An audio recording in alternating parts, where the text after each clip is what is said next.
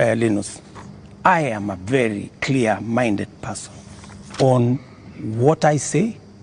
When it is the police, I have said, many of the people who opposed me, many of the people who were very scared about what I would do when I become president, even the people who did worse things against me, I have never gone after them because I don't believe in settling political scores using the power of state or using the police. Let me also say the following. When I talked about the taxes that I was the campaign trail, yes. I was addressing in the campaign trail, it was very obvious that when at that time we were in subsidies, that did not make sense. It is because I removed the subsidies and I changed and put production support. That is why today the price of unga has come down from 240 to 100, because I changed the model. I changed the configuration, and it is giving us results. But are you aware, Mr. President, that the thing, perhaps apart from now the police brutality that people associate you the most, is the issue of taxes? I'm sure you know the name they call you. You've actually talked about it even yourself. This guy that they want to come down. Let me tell you, my good brother, Zakayo. When I came into office and I assessed the situation, and it was no longer possible for us to borrow money, I had to be honest with the people of Kenya. I had to tell them we have two options, right? And even as we imposed taxes, we explained, we made sure that there was adequate, elaborate public participation on what it is that we were trying to achieve. And let me tell you the following. I have done the best that I could globally. Today, our country has tremendous respect from many quarters globally because of what I have done. I have raised the profile of our country. Today, I was in Narok, and the tourism numbers in 2022, 1 million tourists. In 2023, last year, 2 million tourists. This year, by God's grace, we will get to 2.7 million tourists because of the profile that I have done for the country. I know somebody will say that, that there is no truth in that, but call the tourism sector. They will tell you themselves that all hotels in Kenya today are operating 80% upwards, which is a new phenomenon in Kenya. I will also tell you that the international community have developed enormous confidence in Kenya. I see people who are saying, why did William Ruto go to China? Why did William Ruto go to Europe? Why did William Ruto go to America? Let me just tell you the following. When I went to China, we got money to be able to put equipment in 70 of our technical training colleges. Today, the contract has been signed, the equipment is being manufactured.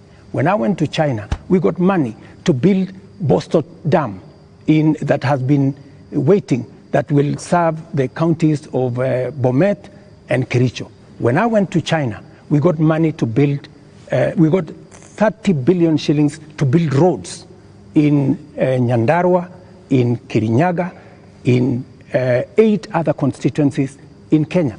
That's why I went to China. When I went to America, we got a $1 billion facility to be built in Naivasha that is going to be the biggest data center in Africa, funded by UAE, working with Microsoft and Kenya. When I went to the US, we also agreed Kenya became the only country in Africa that is going to benefit from the CHIPS Act, where we will be manufacturing computer chips with other countries. Kenya will be among the first, will be actually the only country in Africa that will benefit from that.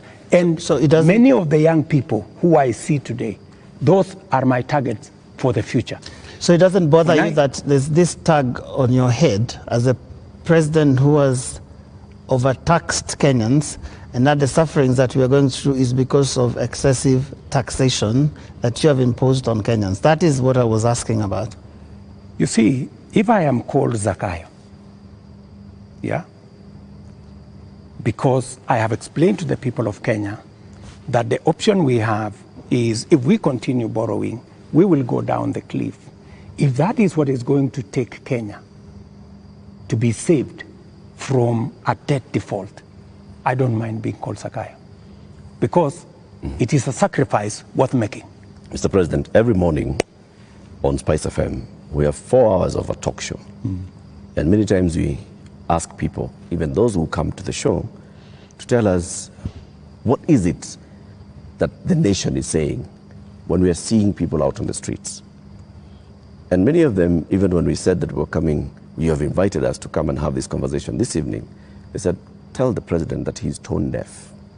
And we ask why and how. And they say, when William Ruto took over as president, he took over a budget of 3.2 trillion shillings.